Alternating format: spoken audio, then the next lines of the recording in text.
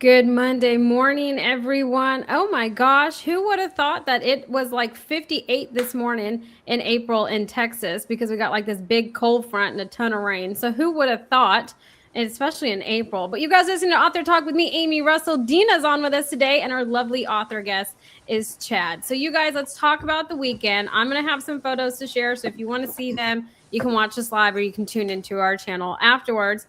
But my weekend was one just surviving the rain was one. But Josh had this idea. We had talked about it for a while. We wanted to add patio lighting. And Yeah, so, I doubt that was oh, Josh's idea. hey, hey, it wasn't. But we're going to go with it. It was mine. So That's we what I added, thought. That's what I thought. we added So, like 200 feet of lights. So that's what the whole thing looks like, which is just nice because summer nights are coming. I want to sit outside and enjoy it and, just have fun with it. So that's Yeah, but this currently is happening. says you'll only be able to sit outside for like 10 minutes. No, because I have a whole setup. I got like little rocking chairs and I have my fire pit out there and I like to sit okay. by I the want you to fire. know how So nice I am today. I Today, know. Adina has set herself up for so many jokes just Yeah. then, and I've declined to attack. This is how wonderful I am today. I just want you. We are so I'm gonna proud. make that a part of the record. What Okay. jokes? We're just Uh, so I'm proud. getting.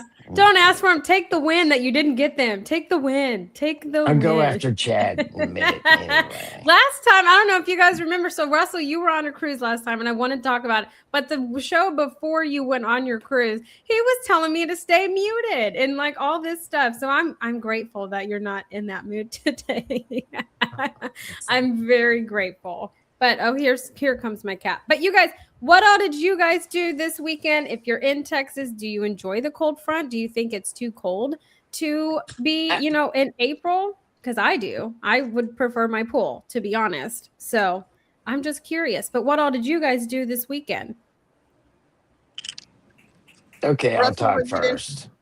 Okay, I'll talk first. So we did a lot this weekend, but it doesn't matter because Melinda Sunday night baked this loaf of bread, sourdough homemade bread that filled the house. And when she was finished, she brought it to me to smell.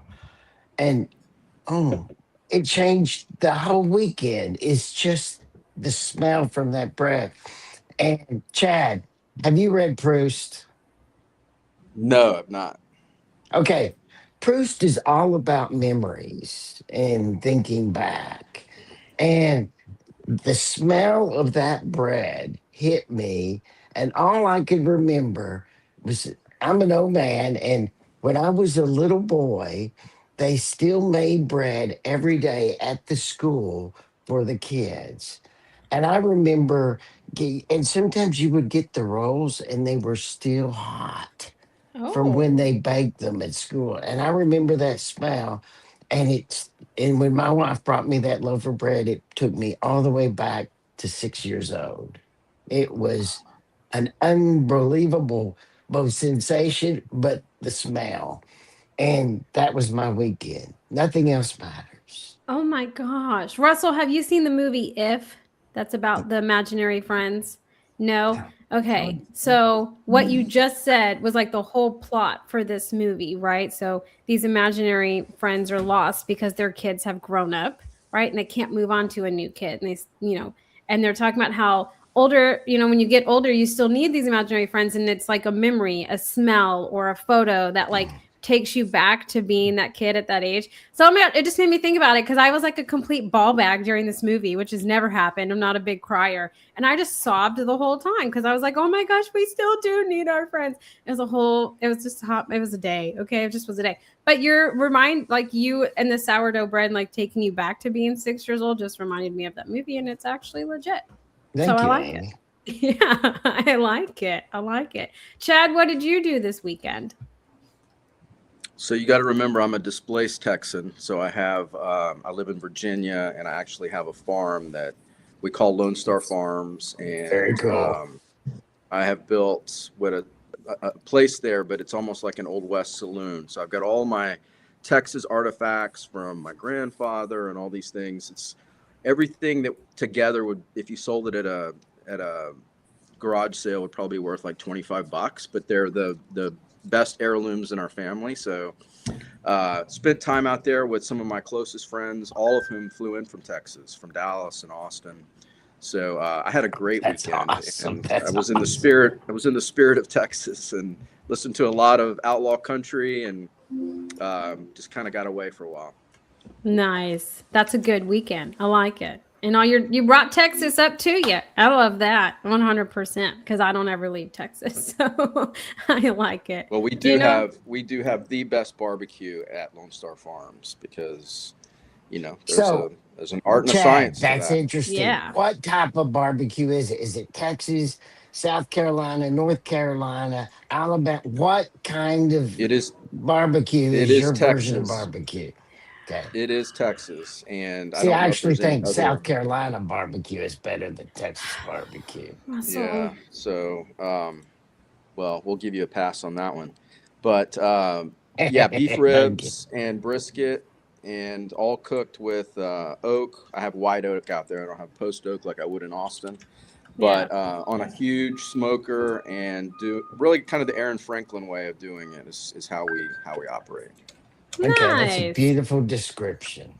I love it. And you gave Russell a slight hell for him I picking know, South I like Carolina. that. I can't believe it. You are a Texan, Russell, and you don't like Texas barbecue? There's something I wrong with do. I you. love it. I'm just saying that, and uh, if you're listening to this, and if you've tried the different type of barbecues, or if you traveled, the barbecues. There's subtle differences, and I just once I that mustard yellow. What is it, vinegar based or mustard based South Carolina barbecue sauce that they cook that pork in? It's just the greatest thing in the world to me. I love it. Well, that's okay, Russell. We all forgive you.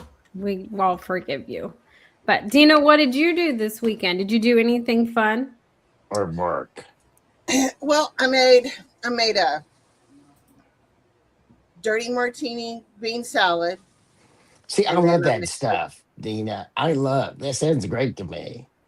it was fabulous. It's fabulous. And then I made Sandy a batch of my Santa Fe rice to take over to her, Nice.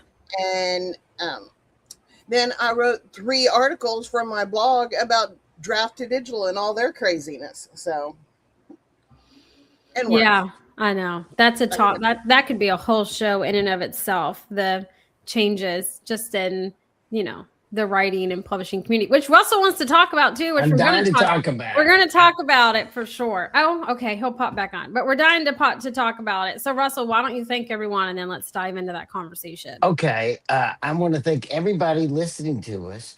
We're like top 1% of good pods, top 10% for author podcast on the podcast channels. And we've been around for 10 years. And we want to thank you for being with us. We're very humbled by it. And we love doing this. When we first went from just doing interviews online to becoming a podcast channel, and on the podcast channels, I never could find this because there's like 1,000 author interview shows. There's probably more than 1,000. I could never find us. Then Amy and Dina made some changes, and even a boomer like me can find us on the podcast channels now. Amy, where can they find us? Yeah, so you guys can find us anywhere that you can search for a podcast. If you want visuals, there's YouTube, our Facebook group, any one of our social media channels. If you want to listen to us, it's Spotify, Amazon Music, Good Pods. You can go to Google Play. You can go to iTunes, really anywhere. You can find us. Type in Author Talk, look for the crimson, red, and gold, because Dina is the lovely one that helped us rebrand a couple years ago. And you can see how we started 10 years ago to where we are now. It was bad. It's We so were bad. exciting. It's We were so exciting bad. to watch it, to watch the growth. It's so exciting to see. But Russell, you wanted to talk about something that you were seeing in the industry. So start the conversation. I don't want to start it for you. Okay, so it was based upon an article from Wire magazine. Uh, the new business plan of a bunch, I wouldn't even call them authors. They write books, they have AI write books for them. They write 30, 40, 50 books.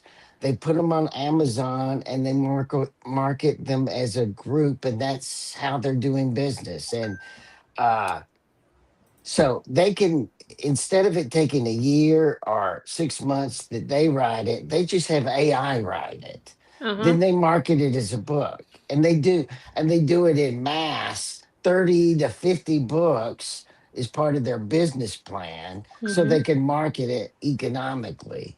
And a lot of books on Amazon are that now. And I think that's a big problem.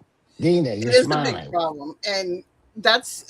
I mean, there's always been a lot of crap, right? I mean, just Right. crap. But and I love AI.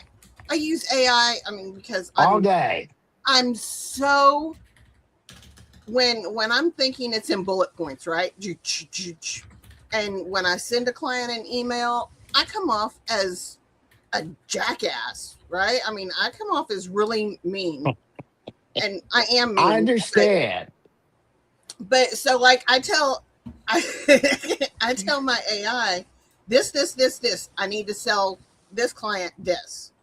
So he writes it, so I sound nice. I know. I do the exact same thing. I actually tell my AI, Chat GPT, I actually tell it to put this in a form that is polite.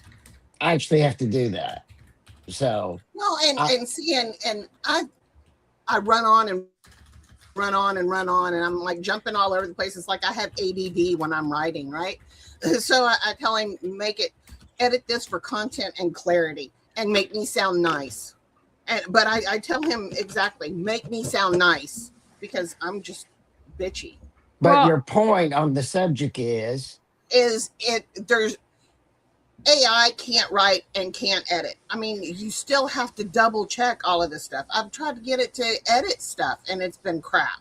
well, I think so. Okay, so there's some people that are using it to help them outline, like they have this book and like the idea and the concept of it, and sometimes there's like a writer's block, right? Which I can totally get, and then you that's not manipulate what we're it. talking about. No, I know, but AI doesn't have like humanistic, like qualities in terms of writing. But I will give you something else to think about. So Josh had talked to me about this a couple weeks ago, and Josh is an avid user of Claude, right? So Josh is my husband, if you guys are new. And he's an avid user of Claude, but Which one's Claude? I don't know. It's like up there, I guess, with Anthropic. Okay. And so he uses it, does coding and stuff too. And he was telling me that he thinks in the next like 5 years, right? And this isn't meant to be offensive. This is just a conversation, that the nonfiction genre in terms of publishing will be like obsolete, because you can get all the information, whatever, that you would get. You would be searching for in a nonfiction book, self-help, going through grief, whatever. You could just have AI give you those steps or how to do it or whatever. So that genre probably would be struggling within that. But I also think that it's been a huge, just caused the industry, like in terms of writers, to plummet because of AI, and especially in the self-published category, because they were just kind of gaining traction. And then when you have a ton of people going and publishing things that were written, edited, and put together by AI, and you push it out there, it kind of brings down that whole kind of publishing venture, I guess, in a whole. And so it doesn't have the credibility. And It so I don't lowers know. the bar. Yeah, I don't know. I think it's a scary time for sure. Like I don't know what's going to happen. It's crazy to think about the Well, and a people are lot doing of that is the whole reason that Draft to Digital is making their change, because they want to make these people that are putting, and I don't want to call them authors, but they want to make the people that are putting out low quality books, you got to pay to play, is basically what it comes down to from now on Drafted Digital. Well, for that, yeah. But I mean, you have all these other ones like Amazon. When you upload, right, it asks how much of it was AI. Was it the text? How much of the text? What platform did you use, right, to get all this information? But I don't know. I think it's a very, I'm usually a very optimistic person, but the amount of like AI produced books that are going out there, and like covers are different. Like, I'm not even going to get into covers, We're but not like talking about that. just We're just talking books, right? about the body of the I books. know, but there's so many out there, even on my web-based reading apps, right? And I have a lot of them, and I'll indulge it for a little bit, and then I can't really indulge it. But you got, it's not just the body part of it. So like I've told you how some of these books get turned into like these mini short video series, right? So you've had AI go and just create them, right? So there's different pronunciations every time about it. And so I don't know. I think to an extent you have to embrace AI and that and how it can help you. But I think just leveraging it completely is more of like I'm going to say detriment to yourself, but I don't know if that's the right word. But I think it's more of like a hindrance to just the writing community as a whole. But I don't know. It'll be interesting to see what happens. I know it's expanded piracy of books and scenes from books. So I don't know. I don't know if that answered your question, but me and Dina have been having a lot of conversations about this topic. So it's definitely going around for sure. Chad, are you back? And what do you think? I am back. Can you hear me okay? Yes. Good. I had an expert fix it. I was trying to do this by myself. Yeah, I'm hoping that AI, doesn't completely pervade the creative writing process. I know people exploit it. I think all of us to some extent use it to, define, find a good word or something like that. But once you start, I'm not a big fan of people actually writing with it, and I don't really want to read a book that's been AI generated. Yeah. No, for sure. Exactly. And you can always tell. Yeah, you can And always tell. it's in everything. I mean, if you watch YouTube, half the videos it seems like are Mm-hmm. AI generated with just crap and stuff that's wrong. So then you sit here and you think AI is getting shit wrong everywhere. There's no way AI is ever going to take over the world. We don't have to worry about Terminator coming true. Dude, but I don't know if it's Terminator. So you know what like comes to mind for me, and I don't know, maybe this is a stretch, but my mind seems to stretch sometimes, is the movie Wall-E. You remember how everybody had like the robots and it was like you could lay down, you had like the space machine that would just fly you everywhere, and you had TVs and you had everything at your fingertips. So there was no need to like walk around. There was no need to have conversations because you could just, stream and do everything like that, and they were all up in space. And so it kind of reminds me of that. It's like, I feel like to an extent you need to embrace AI, but I feel like at the same time, it's also kind of like, I don't know, this is a mean way of saying it, but like making people dumber because they're not thinking for themselves. They're not researching things for themselves. They're not trying to educate themselves. They're just going off of the easy route. So I feel like in a sense, it's just going to make societies dumber to an extent. So I don't know. Hopefully I'm wrong. I hope that I'm wrong, but I am one that likes to go down a bunch of rabbit holes to find information and see both sides. So I don't know. It'll be interesting to see what happens. So Huxley wrote Strange New Worlds in the 20s and early 30s, and that's what he predicted then. Mm-hmm. Yeah, He it'll be predicted interesting. that unlike 1984, where it was written that they would not let you read books, Huxley said in the future, you won't want to read books. Yeah. I mean, I could see that because you could upload a book now and been like, hey, tell me the summary of this book or give me a good review of, of I know, general and review. I need to confess something. I did that Oh, this weekend on a book. Russell. Uh, tell me what this. Tell me. It's the new movie that seems to be a big hit. It's about the guy that's sent into space. Uh, Hail Mary. Oh, I okay. actually asked AI. tell me this. What's that movie about? Tell me the whole story. So tell me the whole movie. Oh, well, that's different. That's for a movie. Like, I'm not one, like, I did that by you going can't on spoil it for me. Wikipedia. I do that Oh, by I going on don't know. Wikipedia. I do cheat that way. Yes, but now you don't even have to do that. You just have someone in your ear telling it to you. Yeah. I don't know. It'll be interesting. Let's just, I don't know. We just have to play it by ear, but there are some concerning things happening. The draft to digital is one. We'll have to talk about that in another episode when Dina's less on fire about it for sure. But let's get Chad talking about Mob Justice, which is your newest scavenger hunt thriller. And I want to hear all about it. I'm a big thriller lover. So tell us about Mob Justice, and then we'll kind of dive in deeper.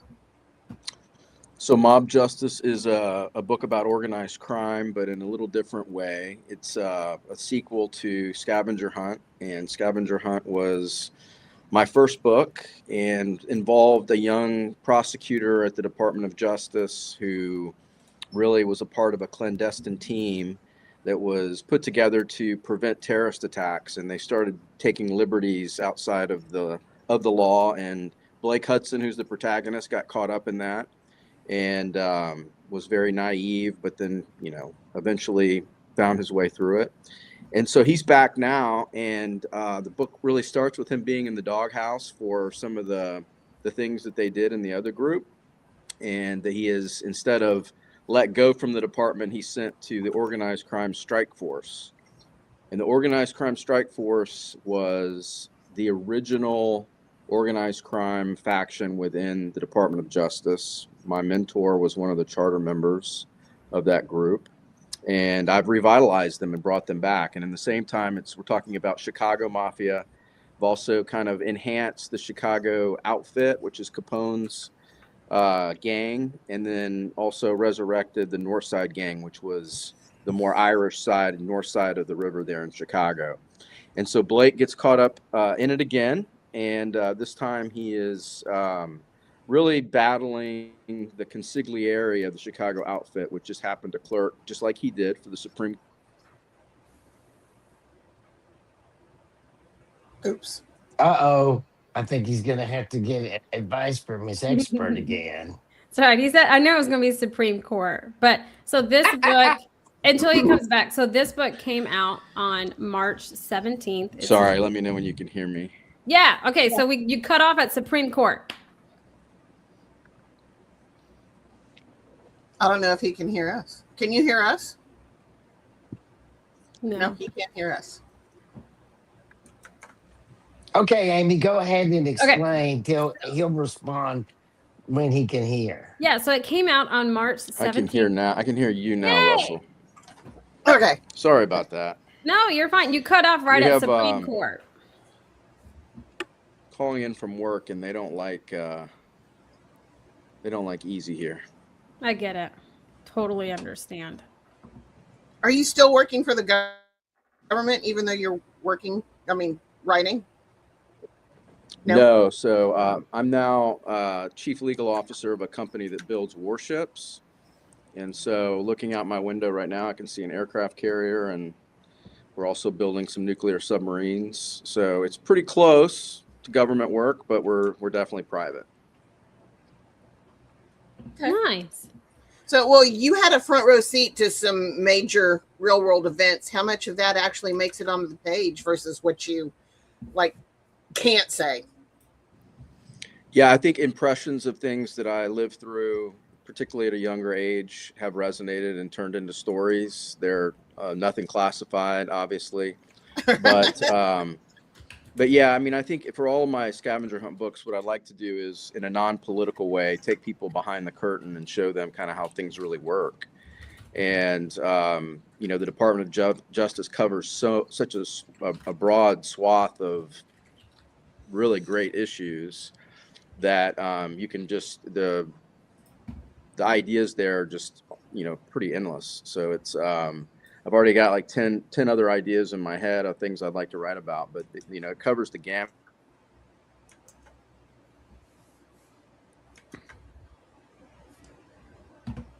He's frozen again. But this makes it really interesting because his book is, like an organized crime thriller and his series is a thriller. And so it just, I don't know, it keeps me on the edge of my seat in terms of what the book is about and stuff. But so it's an explosive, I'll just read this whole description like the end of it. It's an explosive series to the scavenger hunt.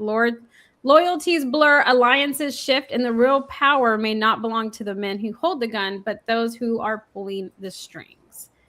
That's like my most favorite part of the description on your website is that right there, because it makes me want to read the book. So I love it. Anyways, Dina, I'm sorry. Continue with your question.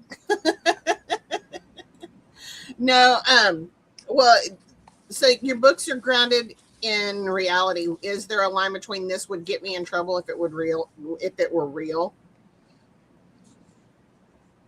Or do you think that there's something that you write there like no one's ever going to believe this could actually happen, and you're like, this is so close to what actually happened?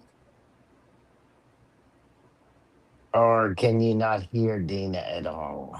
I don't think he can hear. I think he's frozen again. Well, fiddlesticks.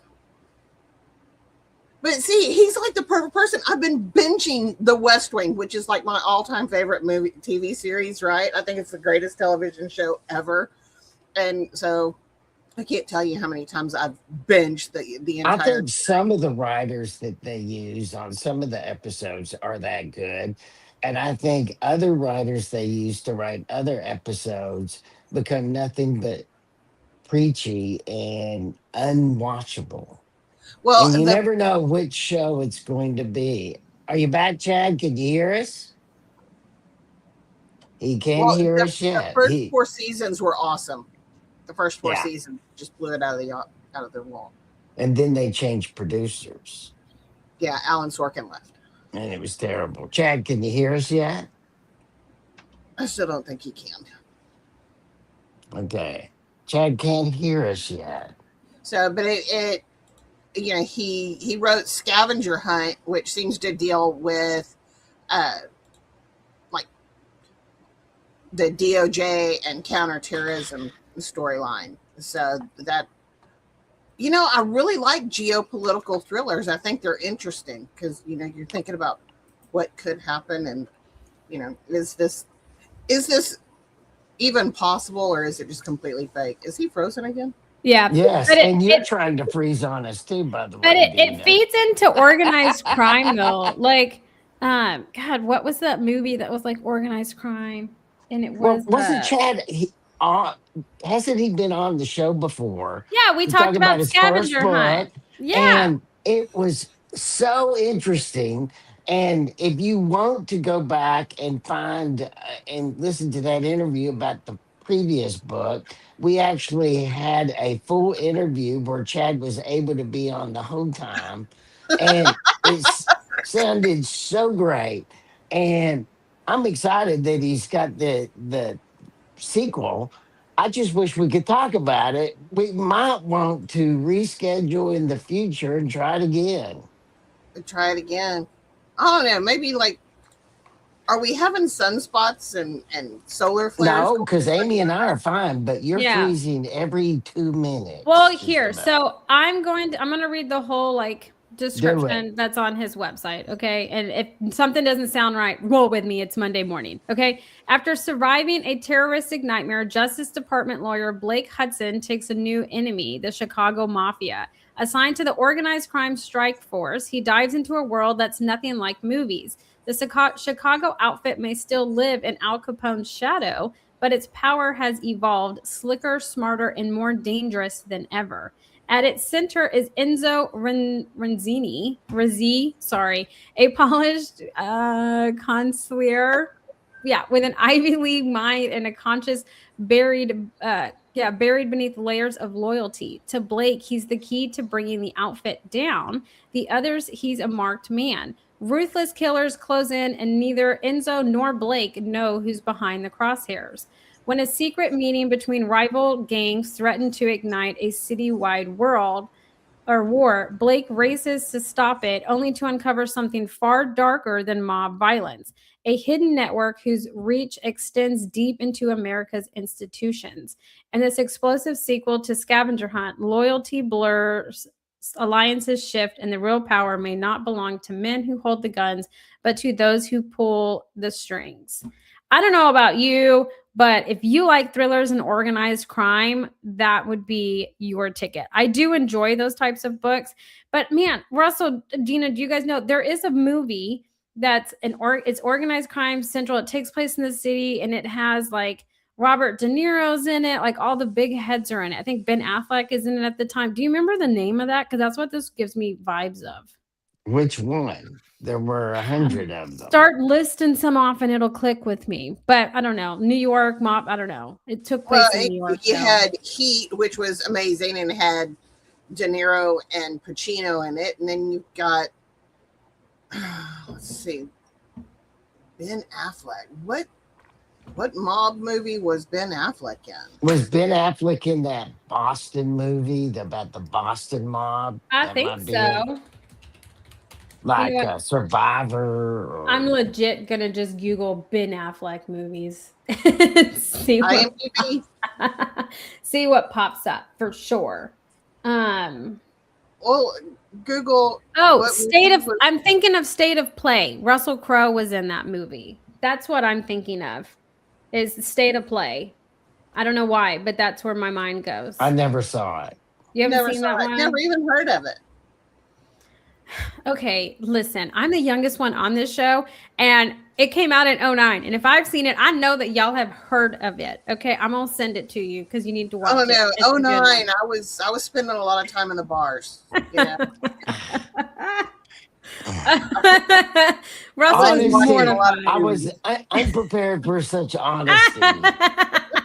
And he's not in the mood to respond to it, which makes it even better. I can't respond to it. I would never respond to that. It makes it even better. But okay, so let's talk about Chad's having problems coming back on, you guys. So we'll have to rebook him. But his book is an organized crime thriller. It's his novel, and it is Mob Justice. It's the sequel to Scavenger Hunt. So if you want to go and check them out, they're both on Amazon.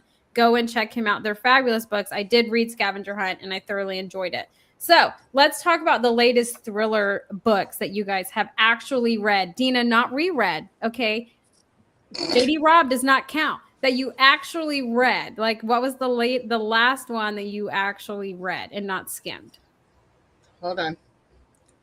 Russell, do you have one? The Expanse series is the last one I read. Yeah, and that's a good one. All the books. Yeah. And it's, it's near time science fiction. It's kind of a shoot 'em up, right? Oh, yeah. See, mine is Peter James's, and it's the Hawk. Oh, yeah, because we interviewed Peter James, and it was very cool. Well, yeah, I got to talk to him before on the Book Fest last year or last summer or something like that, and he was just fascinating. So I read a lot of his books. I watched the Gray series on the BritBox, but that book was the last thriller that I've read. That's not like a romantic thriller. It's just full on thriller. And by the way, listeners, if you're interested, you can look back on our YouTube channel and find our interview with Peter James. Yes. I love him. He's fantastic. Him and Russell had a good conversation about racing cars. It was fabulous. He's like an awesome dude. I know. Look, I think Dina's frozen too. Oh my gosh. She's totally frozen too. But we can talk about Peter James and how awesome he is. He was cool. Chad reminds me a lot of him in terms of like writing style, for sure. Oh, really? Yeah, I think their writing style is great. Homecoming Queen was another one that Chad had done. I haven't read that one yet though. But Scavenger Hunt was fantastic. So I did like that one. Russell, I would recommend that one to you. Russell, what is your latest dive into this whole romance genre? What's the latest that you've learned on it? We haven't talked about that. I'm kind of got off the subject because I'm on to this whole business model of these people that refer to themselves as authors, but just like Dina, I don't refer to them as authors. Right. That have AI produce 30, 40 movies.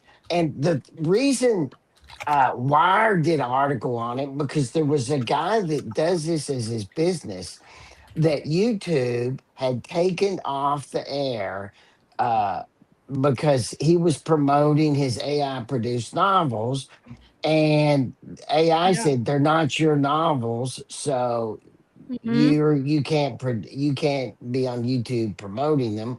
And he was angry because he said, I may not have written them, but they're my novels, and therefore I Hmm. should be able to promote them. And that was the controversy in Wire Magazine. And so Yeah, I've but you kind of can't moved on to copyright that anything that subject. AI does. You can't copyright it. You You can't can't. copyright your No, covers. and like this. Copyright Okay. your words, even if Well, it's your writing, your ideas. yeah, but see, okay, here's the thing, right? And this is I had to tell Josh this too because he was all like, "You could do everything for you, la la la," and I was like, "No, it's crippling the market, right? Because if you're talking about like in terms of like cover design, right? It will Okay. destroy the market over time. Oh It's my just like god. the theory of money. One of the base theories is that base money or bad money chases out good money. Mm-hmm. It's a fact. It's a Yeah. law over time. Like if uh, you have a full 14 karat gold coin and then you debase that later with a 10 karat coin. Over time, there'll only be 10 karat coins in circulation because all the 14 karat will be pulled out by people that realize they're 14 karat. And it's the same way with this. The debased literature made by AI over time will destroy the quality human made, I think. Well, I mean, And I so think it's a threat. it is because if you think about it, right? Like, let's just talk about covers. No, that's not what we're talking about. What we're going to talk about it now. If when you And you've have been it. dying to talk about Well, covers, no, Samantha. it's gonna prove my point. I'm gonna break this whole thing down so people understand it. So when you have an AI create a cover and you don't manipulate it and add your own touches and stuff to it, you just let it create it and do it. It's pulling from a bunch of different people's artworks or a bunch of different people's covers. So it's not you're ripping other people off, right? And then if you have it write your book, it's not just going off your concept like, "Oh yeah, this is such a badass idea. You're so smart." No, it's going and scavenging the web and then pulling from other people that have written about it or had the same thought. Like you don't necessarily always have original thoughts. Like other people have thought the same thing. I wonder since it's doing that, if there's going to be a problem with plagiarism, I right? mean, Because but it's pulling how? There stuff. already is a It, problem with But it. There's it already a can't yeah, do study. that well, because you can't but if copyright it. it's going to, but if it, yeah, you're already having a problem with plagiarism. But But I yeah. mean, if it'll be more prevalent, like say you use this phrase and it's completely off the wall, you know, Mm-hmm. and I don't want to say anything because what I would say would not be safe for work. But then you use that in a book, right? But it's kind of like your catchphrase, and you find someone else uses that in a book, and you're like, these are my words. There's no way to prove they're your words.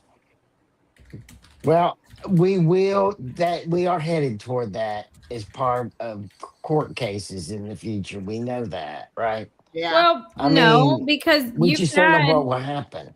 But I don't even know if it's that because I mean, when I was at the Historical Novel Society 3 years ago, I want to say, yeah, 3 years ago, they had attorneys there talking about how do you copyright, your AI use, and you can't, right?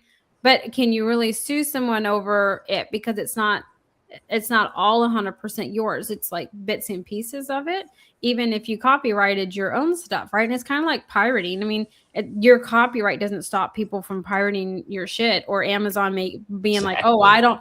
I don't know which one's the actual books," and then you both lose your accounts. Like it doesn't prevent any of those things. But I mean, I don't know. I really think that it's just going to feed to I don't know, dumbing down society, like not knowing how to research or do things. I think it'll enhance in certain aspects in terms of like coding and performing in different job areas. I think it's fantastic, but I think in terms of a creative and artistic outlet, I think it's a big I think we got this slippery problem. slope coming up, and it's Yeah. going to take a couple of years for it to shake itself out, and people either have come up with a set of ethics to use it in terms of creative endeavors, or right now it's like there's so much fear mongering going on with it. No one knows exactly what is what, and they're freaking out.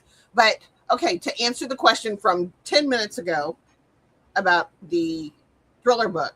Oh, okay. I read a series, and it was the first one I ever read that wasn't J.D. Robb. That was like a geopolitical thriller is what I call it. But it's the Executive series, and it's by Gary Grossman, and there's 4 books in the series, and they're fabulous. Oh, okay. I'll have to do that. I read the psychological thriller Silent Patient, and that one definitely stuck with me for a hot minute. It really definitely stuck with me. I feel like that one was darker than like my most dark romance. It was mentally very dark, if that makes sense. Like dark romance is just dark undertones, but the Silent Patient for me was just dark. Like I had to go and watch like a happy movie after I finished reading it, and it was like midnight. I needed something happy because it just put me in like a very dark space. So, and it made me very fearful of medical people. So, I don't know. But I don't know. I'll get over it. That's how you know it's a good book. Russell, wouldn't you say, is if it sticks with you? For whether you enjoyed it or you're like contemplating it, but it's stuck with you, that's how you know it's a good book. And if you question reality from it, I don't know. To me, that's like the definition and like every writer's dream, I would say, if it was me. But yeah, you guys, look, okay, I got to tell you guys like something. I'm very excited about it. So the month of May is a hot mess for me, but it's a hot mess full of excitement. So I have, of course, my kids have like field day coming up, and then, they're going to get out of school and do all this stuff. But my niece, my oldest niece, my first niece, is graduating high school, you guys. And she's going to my alma mater, which is UTSA. So it makes me very proud. Josh talks a lot of shit, but whatever. He's just jealous is what I say. But she graduates on the 24th at 9 a.m. And I'm not a morning person. Okay. But I'm excited to see it. She's the first one of my nieces and nephews. And so it's like a full circle moment. So I'm really excited about it. And I'm excited about my patio lights, you guys. I know no one else is, but I'm so excited for them. Yes, though it was disgusting that you said Josh wanted. That phrase was an obvious lie as soon as you said it. It was a slight exaggeration, okay? It was slight. It was not full on. It was slight. He's into some stuff like that, but I don't know. I'm more like trying to get my hot tub hooked up, okay? I'm getting there for sure, if I can figure out the wiring for it. But what do you guys have anything exciting happening in May? Russell, do you have any adventure plans? We're going on another cruise that on June 27th. So in June we are. But I actually plan, like I did on the Mediterranean cruise, I actually plan on doing the show from the ship. Well, that'll be fun. And the 27th, that's the week of my birthday. My birthday. Oh, really? The 30th. Yeah, my birthday's the 30th. Russell, act like you knew that. We've known each other for 10 years. Act like you knew my birthday. I barely know my wife's birthday. Okay. Okay, I'll give it to you. The rest of them, I have no responsibility. No one else matters but your wife's birthday. As long as you know that and you have the week of your kids, I feel like you're golden. That's what I would say. I have the week of my kids. Yes. Okay. That's true. You're golden. You are golden. Well, you guys, this has been a really fun, different type of author. It's been bizarre. It's been so much fun. It's different to switch it up. This is why we like going live, because we never know what we're going to get and what's going to happen. And it keeps us on our toes, and it makes it really fun for me. But you guys go and check out Chad's book, Mob Justice. It's the sequel to Scavenger Hunt. Make sure you go and check it out. It is on Amazon and all the places that you can search for a book. So go and check it out if you like organized crime. But if you're in Texas, especially like the southeastern part of Texas, stay dry because there's more rain coming for like the next 3 days. So stay dry. But we hope that everybody has a fantastic Monday, a great rest of your week. And until next Monday, bye for now, everybody.